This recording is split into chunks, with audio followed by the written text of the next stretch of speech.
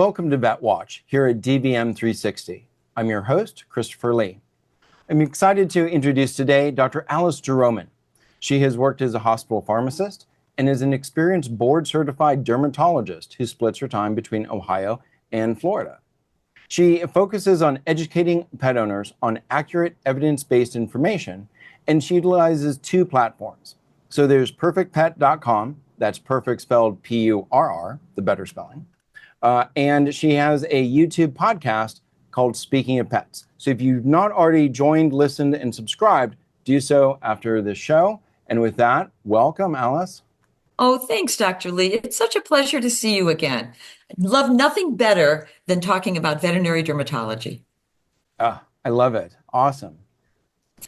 Well, I know today we're talking about isoxazolines, or as they're called, isox.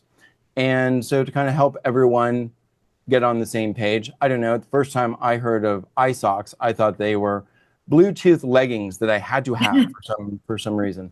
So what are isox? How do they work, and what are they? Well, isoxazolines, first of all, are every veterinary dermatologist you can ask is in love with isoxazolines. And we'll get into the reason for that later. But they are both insecticidal and acaricidal, and which means they're pretty good at what they do for both insects, fleas, ticks, that kind of thing. Thankfully, we've got several to choose from.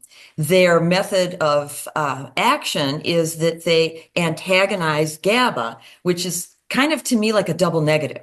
I always think of GABA as an inhibitory neurotransmitter. So they're antagonizing an inhibitory neurotransmitter, which in turn controls chloride channels. They also, at least in invertebrates, antagonize glutamate-driven chloride channels. So there's kind of a twofold mechanism of action in invertebrates, and invertebrates, like mammals, us, they do the GABA, the antagonism of GABA, which is a real long mouthful, but it just results in hyperpolarization, and then the being dies. Yeah, and we know that insects are much more sensitive with these GABA receptors than mammals are. So that's good, because we don't want to have any of the neurological issues that can occur with some of these insecticides and acaricides, particularly the GABA-mediated ones. Yeah, it's great having that level of safety. And, speaking of safety and just overall efficacy, you and I have both been, practicing veterinary medicine for a while. And so when we look at it, and you have, over 35 years of experience, I just, for some of our listeners that haven't, let's kind of go back. I mean, I think you and I both remember 1993 when Frontline was first launched. Sure. What was it like even before that? Like, do you have any stories from pre? Oh, I can tell, as a former pharmacist, my goal in life is to not cause an adverse reaction by any kind of drug that I'm prescribing. So I then, of course, naturally accrue horrifying toxicity stories that propels me even further to not have any problems with my patients. But, if we go way back, the only let's take Demodex, the only FDA approved medication for Demodex was Amitraz dips, which are monoamine oxidase inhibitors. Okay. Now, what happens there? So you dip the dog. We'll talk about what it can do to the human in a minute. But then the dog can have hyperglycemia. They can have sedation for up to 48 hours. Not to mention, you're spooning this dip all over the dog and letting it air dry. Okay, so, 30 minutes standing there while the dog dries. But the worst part is I had to ask the owners very personal questions. Are you on antihypertensives? Are you on cardiac meds? Do you have Parkinson's disease? Are you on antidepressants? Because any one of those drugs can be influenced by them dipping the dog and them inhaling this dip. And I had an elderly gentleman, lovely man. He was on cardiac meds. He dipped his dog and he slept for 2 days. The owner did. So I can't even imagine how that got FDA approved. And of course, the dip is supposed to be done once every 2 weeks. Well, you got about a 44% success rate. But if you had the owner dip them weekly, you got an 88% success rate. So as dermatologists, we get some of these dogs and it was just horrible. They were near death with, the promotion of the immunosuppression by the Demodex mite. So of course we'd put them on weekly dips. But so that, thank God that is in the past. And then of course we turned to ivermectin, which let's have some problems with that neurologically. With the P glycoprotein deficiency that can occur in certain pets, which thankfully there's a test for that now at Washington University. But certainly you would never want to use that dose that we would use on a daily basis for Demodex in a P glycoprotein deficient dog. But in my experience, I even had some dogs that weren't P glycoprotein deficient, particularly elderly dogs. I can remember an 11-year-old golden retriever that was on daily ivermectin for its generalized demodicosis that after 5 days became ataxic. And if you read about the old dosing of ivermectin, you gave a certain dose daily for the first week, and then you upped it each successive week. Well, by the time of the half-life the drug had set in, the dog was already ataxic, and you're going to increase the dose? So it was scary, I have to say. And one more thing about that, the dose was, I think, 0.1 ml per 10 pounds. I never dispensed larger than a 1 cc TB syringe. Example, had a vet tech in who was a breeder of Rottweilers and came to see me because her dog, after giving birth, was just horribly pruritic. Well, it had scabies. And the dose of 60-pound dog, so she was going to give it 0.6 ml of ivermectin. And I wrote everything down for her and everything. So her boss called me that night and said, "Hey, did you see so-and-so's dog?" I said, "Yeah." And yeah, it had scabies. I found the mite, showed her the mite. And she said, "Well, what's the dose for that?" I said, "Well, it'll be 0.6 ml. And I'll never forget her words. She said she took home a 10 cc syringe. Oh. Actually a 12 cc syringe, and gave 6 ml. Well, the dog immediately went blind. Rushed it to Dr. Parshall, our local ophthalmologist, and he got the dog through it. But it just goes to show you, even people with some knowledge, you still have to really point everything out to them. So thankfully, getting back to the isoxazolines, I'm grateful that, in my opinion, these are a much safer class of drugs for Demodex, for scabies, flea allergy, of course, and of course, some of the other mites that we don't see as often. Yeah, I love that. It was interesting when you speak about some of the safety. I think back 1994, the #1 pet product in the United States, Cyfetrol flea balm. Oh, And yeah, just incredible. So again, it was interesting. Now, Cyfetrol is still sold, and the formulation now, it's very safe. Again, it's just a world different. But when you go back to 1994, I was actually having a conversation with somebody that used to regularly prescribe that back in the early 90s. And he goes, yeah, the biggest problem was you needed to make sure, and it was on the label, because the old one was very different than the new one. The old one said, make sure all of your pilot lights are off. And it was highly volatile. So yes. It's kind of incredible, and now when I talk to a lot of the younger vets, they live in houses that don't actually have pilot lights. Mm-hmm. A lot of people have tankless water heaters. There is no pilot light going. But when I was a kid, your stove and your oven both had pilot lights. Right. And so you had to be bombing your kitchen. And if you did not want your house to go up in flames, you're like, I guess that's this second option to get rid of fleas, is we could burn it all down. But I don't know. I think fleas and cockroaches and rats live through all that. But remember also behind you, the fish tanks. Remember, you had to cover fish tanks, remove birds from the house. Any children that you liked. Any children, right? Grandma's out. Yeah. Make sure your pilot lights are off. In-laws could stay, though. In-laws could stay. I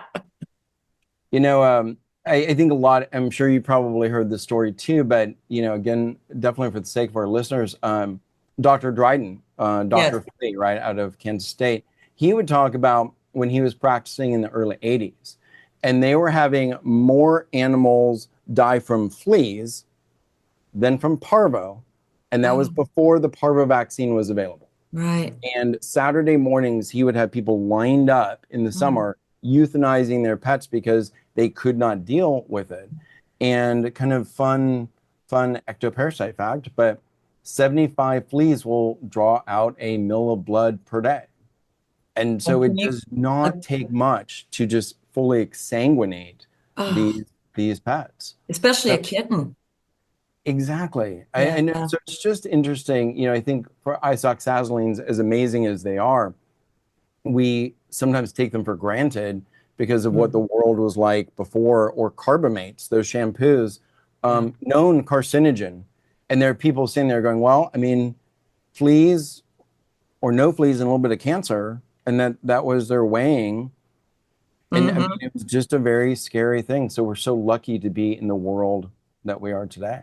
But the sad part about that is when you talk to some people about fleas, and I work with a lot of rescue groups, and the animals that are brought in that are loaded with fleas, no one is up to date about, they're still doing flea collars. They're still buying the stuff in line at the checkout at Home Depot and using the dog product on the cat. Then the cat comes, in with tremors and everything else from pyrethrin toxicity. It's almost like I wish isoxazolines were over the counter. I really do. I think it would make a big dent in the ectoparasite diseases that a lot of these dogs and cats get. They are in Australia. Oh, how nice. That is OTC. Wow. And also I noticed in Australia and New Zealand, the isoxazolines are approved for scabies, ododectes, and we are. Hold that thought. Hold that thought, because we're going to get into that. good. Do that, yes. And Demodex. And Demodex, yeah. Yeah.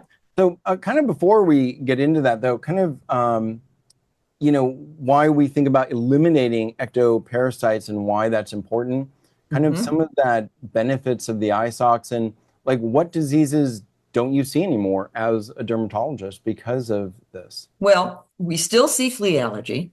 And let's take cats, because I think cat owners are very insistent, especially apartment dwelling cats, like high rise, that don't go out, don't go anywhere.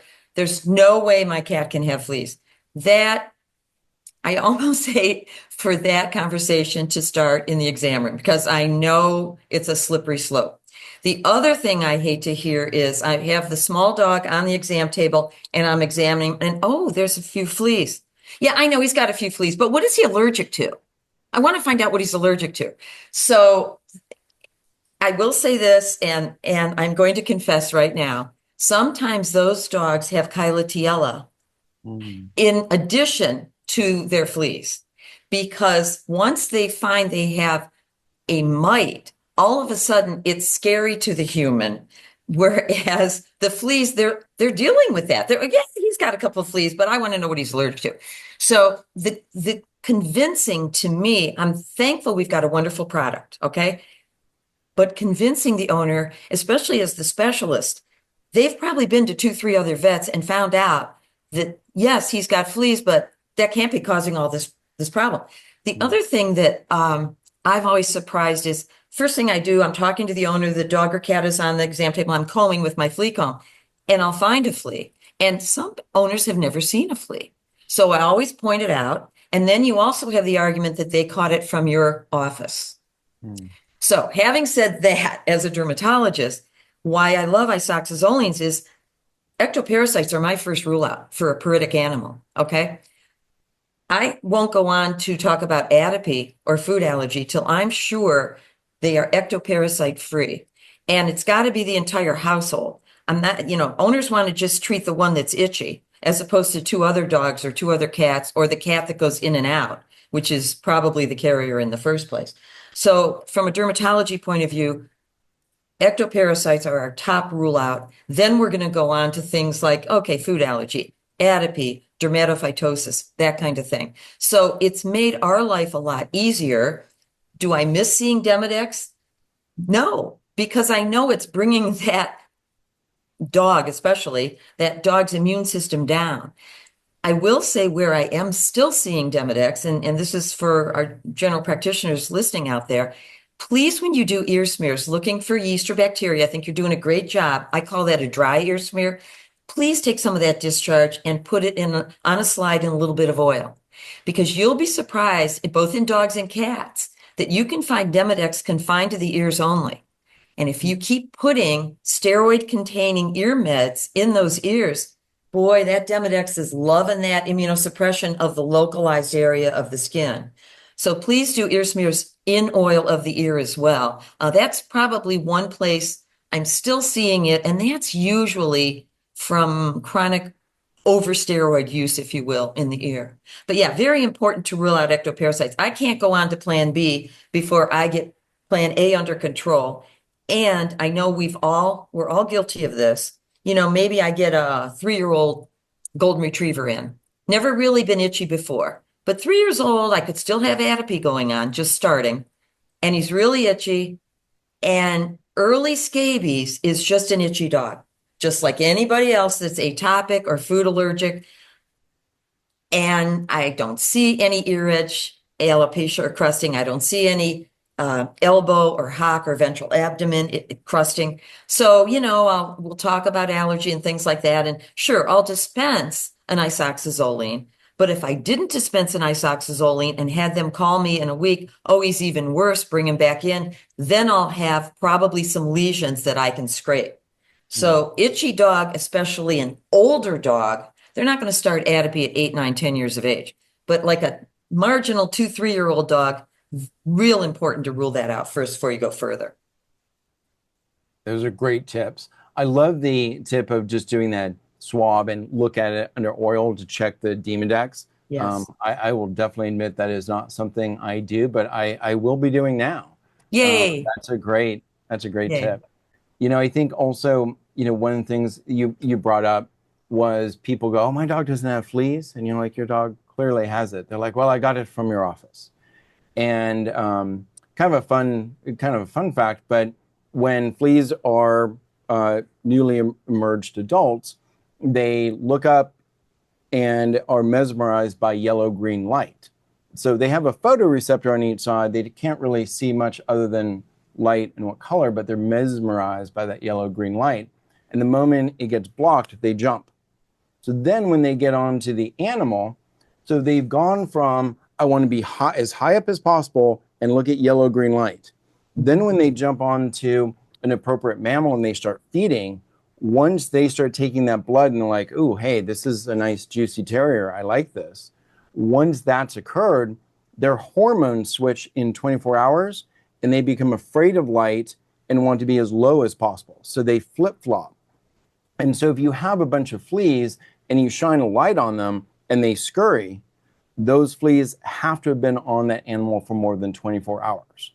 Now, while this is a great tip, I will say that the people that accuse me of getting fleas from the hospital, they're also not the ones to necessarily believe this hormone story, but that can help. Well, it reminds me of, remember Dr. Dryden developed the light that you can, it's not marketed anymore, that you plug in the house that would attract fleas. And didn't that flicker, if I'm not mistaken? I don't remember that, but there are flea traps out there, and it's funny because there are some that are sound-based, and those are not likely to work. But the ones that do work with a yellow-green light, those are strangely legitimate. I do have a story where I had a woman she had 2 pugs, and this is another thing that dermatologists hate to see. In a Ziploc bag, she would bring me the little scabs, and that's okay. In turn, I did look at those under the microscope. Don't know why, but I did. You never know. Something might be caught up in one of those. And except they were the scabs from her, because something was eating her skin. Now, then she was losing or spilling. This is when we used Revolution, selamectin, because we didn't have the isoxazolines yet. She probably went through a lot of Revolution, and I think she was using it on herself. The reason I know about this is I belong to Cleveland Derm Society, which is a group of human dermatologists, and she was the sister-in-law of one of those. And he mentioned something to me about it. So there was really nothing wrong with her dogs. Now that I think about it, and I'm not a human physician, but I'm wondering if she didn't have Lyme disease. Mm. Anyhow, yeah. So after I kind of caught on, like, how can someone be going through this much revolution? My staff and I got together and said, we think she's using it on herself because she thinks something bugs, quote unquote, bugs are crawling out of my skin. But Crazy. practice is fun, isn't it? So, so I used to work for several biopharmaceutical companies. And one of the great things was you learn all the different things that isoxazolines do, and you get all this knowledge. And then one of the things you can't do is tell anybody. It's one of those where, unless they ask you the direct question, you can't ask that. So that is a tip when your reps come in, especially the professional services vets. If there are questions that you have, they often have them, but you do have to directly answer. But since you and I are not bound by that in any way, and you as a dermatologist, what are your favorite extra label uses of isoxazolines? Well, scabies, number one, and Demodex. I mean, it's a whole new world in veterinary dermatology since we have isoxazolines for Demodex. I like to think it's probably saved a lot of pets from having adverse reactions to not only Amitraz, which can't even get anymore as far as I'm concerned, or Lyme dip. The dreaded Lyme dip, the white dog that's now yellow running through the house. And of course, all the jewelry the owner was wearing is now stained yellow. Or the neurologic effects of ivermectin. That's just very scary. So I'm thankful for that. And I'm thankful for that it's very easy now. A lot of people just want to be able to give that chewable tablet every 12 weeks if you're on the Bravecto chewable, or once a month if you're on the Simparica or the Nexgard or the Lotilaner, the Credelio. But I do tell them, fun fact here, I didn't realize Credelio and Bravecto have to be given with food, because Credelio, the bioavailability in cats is 100% of when you give the tablet with food. 8.4% if not without food. So make sure to tell your owners, if you're doing Credelio monthly for cats, get it down the hatch, and then give them some of the stinkiest wet cat food you can find so that they get some food with that. So yeah, there's this really cool paper about the using veterinary drugs for human diseases.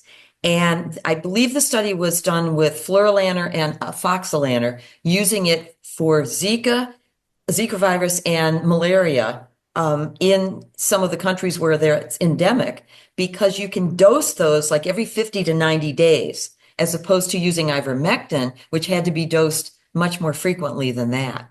And on that note, I'm sure you've seen the commercials for Lotilaner eye drops for humans for Demodex of the meibomian glands. I'm always, as much as I can't stand drug advertisements on TV, I love the one for Lotilaner because I just kind of sit up a little more proudly and think, we have that. And speaking of pilling in cats with isoxazolines, do you as a dermatologist feel that we under-recognize ticks on cats? I do. Inherently, I worry more about the flea aspect, though, because at least with ticks, they're pretty visible. Where fleas, the cat, they're such good groomers, they can ingest it, and then you don't know they've had it until you see the tapeworm.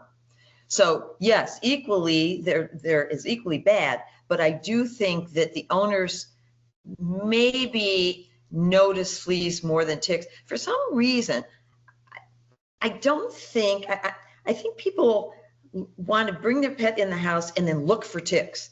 Well, good luck with that. That's like a needle in a haystack. Where at least a flea, you've got a flea comb, and you can comb, yes, the pet can ingest the flea and all things happen because of that. But I think it's easier to find a flea with a flea comb than it is to go over the whole circumference of the pet, be it a dog or cat, looking for ticks and nymphs and all the other little forms that you see there. It's, I think there's a denial, a tick denial. There's certainly a flea denial, let's face that. But there's certainly a tick denial because I think people don't realize the severity of the tick-borne diseases unless they've had it. Then, you know, my sister wears the pyrethrin coated clothing and everything else. Once you have it, you've got permanent PTSD. You never want to have it again. So those ticks are definitely under-recognized on cats. I agree with that. Yes, and have my cat that goes in and out had a tick? Oh, and it's horrifying when you see on their little forehead this engorged gray thing. Oh my God, how could that have happened? So that is horrifying to a lot of owners. And until that happens, it's really hard to convince them that, yeah, you've got to put flea and tick medicine, not only for fleas, but for ticks on these cats. Yeah, great advice. And when we think about, you know, the extra label use, we talked a little bit about mosquitoes, Yes. and we talked a lot about scabies. Any other of your favorite extra label uses with isoxazolines? I like it for ododectes, ear mites. Okay. And I'll give you an example why I like it. I like the safety of it for dogs and cats. One reason being, I had a general practitioner tell me that anytime they spayed or neutered a cat, while it was coming out of anesthesia, they would put a drop of ivermectin injection in both ears. And they couldn't understand why so many of their cats post-op were having neurologic issues. Head tilt, circling. Ivermectin in cats makes me very nervous. It's totally unpredictable. Now we know they can have P-glycoprotein deficiency as well. So, you know, I think that might have been living proof of that. So thankfully, again, the safety of the isoxazolines. Yes, there are reports of tremors and certain neurologic issues, sometimes up to 24 hours after. But I think you have to weigh the benefits against the risks of these diseases that these drugs are protecting against. Scabies, it's absolutely love it. Absolutely. You know, I've had, and remember, the scabies that dogs get is the Canis variety. It affects foxes, wolves, dogs, and coyotes. And I had a client that had a cute little fall display of a bale of straw on her front porch. One morning, opened the door, and there's a fox curled up sleeping there. Well, a week later, her chocolate lab came down with scabies. So had that dog been on isoxazoline at that time, which we didn't have them at that time, that would have prevented that dog from getting scabies. It's, you know, you were always the hero as a veterinarian, be it a veterinary dermatologist or general practitioner, when you found scabies. It always made your day because you drag the client back to the lab and show them under the microscope, and then they'd start itching. That it was just like Pavlov's dog. Here's the mite. Oh, yeah. But it's so nice that the itchiest disease a dog can have is gone by the wayside because of these isoxazolines. And I loved how you were speaking about the mosquitoes and how we have, you know, those can transmit things like malaria, chikungunya, Zika disease. You know, also one of the great extra label benefits with on-label dosing of isoxazolines is that they kill mosquitoes with near 100% by the end of it. And I always kind of liked it because you give, you know, your pet the isoxazoline, and now they act like a little glowing bug bug killer without the glow. I was like, they need to glow blue. I do want to make one point though. In some dogs that are on Simparica Trio, the dose of Surilaner in that is actually a little bit lower than plain Simparica. And for example, if you have a 10 kilogram dog and you're using the 10 to 20 kilogram dose, yes, it'll get scabies. But if you're using the 10 to 20 kilogram dose on a 19 kilogram dog, it may not be effective with the dose of Surilaner that's in there in Simparica Trio as it would be in plain Simparica. Because I've had some veterinarians ask me about that. I hope that's not too confusing. No, I thought you were very clear on that. And it's great that Zoetis has both options depending on what you need, and it's all extra label anyways, but it's great absolutely. that the companies have so many different options, you know, all four of the companies do have various ways of delivering the medications in so many formats to help support pet owners. So nice to get away from all those old-fashioned dips, the dips that were made for dogs that were used on cats, which we talked about was horror. Same with the flea collars. Oh, let's put the flea collar in the sweeper bag, which is actually against, I believe it's the EPA regulations to do that, and then, you know, vacuum the whole downstairs for fleas. But yeah, it's a much safer anti-ectoparasite world now, thankfully. Well, in EPA, you know, I think people kind of forget that there is no extra label use of anything EPA. If there's an EPA medication, you know, pesticide, technically, if you can buy it over the counter here in the US and it says give every 30 days and you call up the vet and say, hey, could I give this a day early because I'm seeing fleas?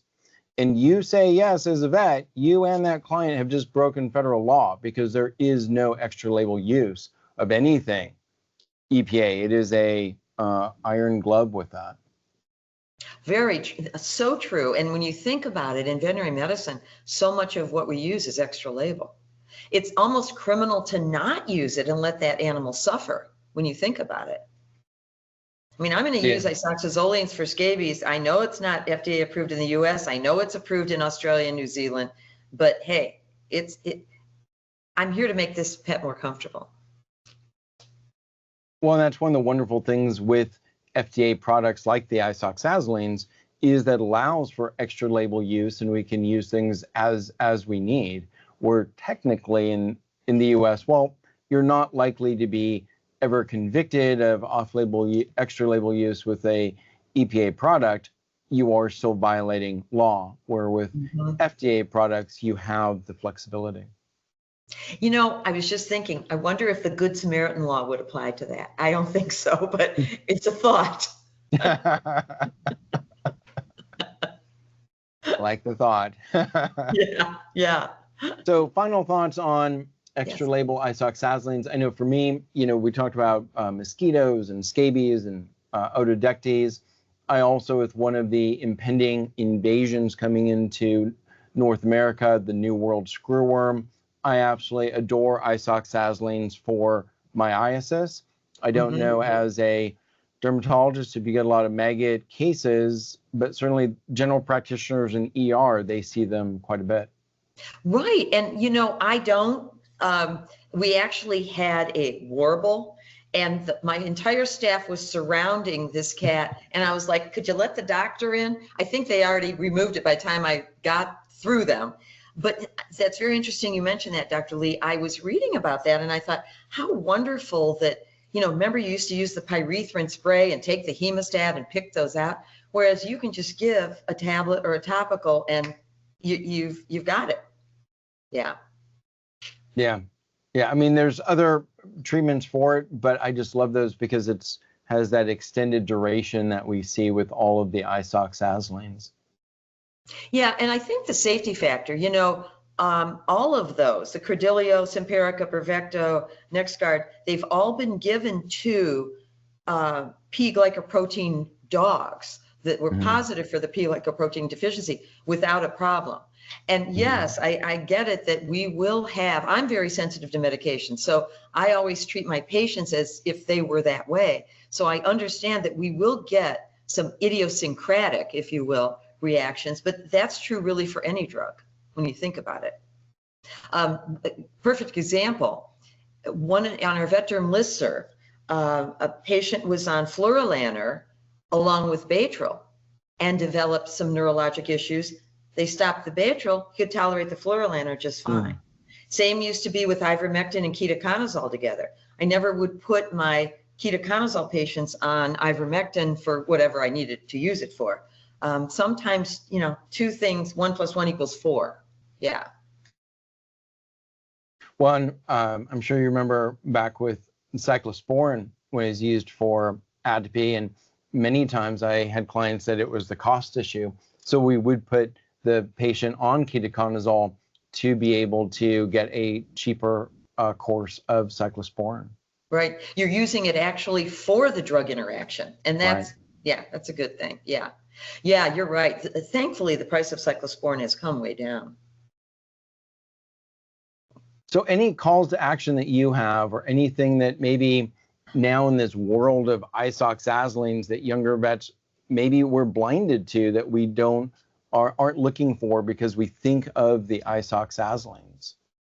Well, as far as clinical and symptomatology, we're going to have treatment failures no matter what. Even birth control pills have only a 99% effective rate.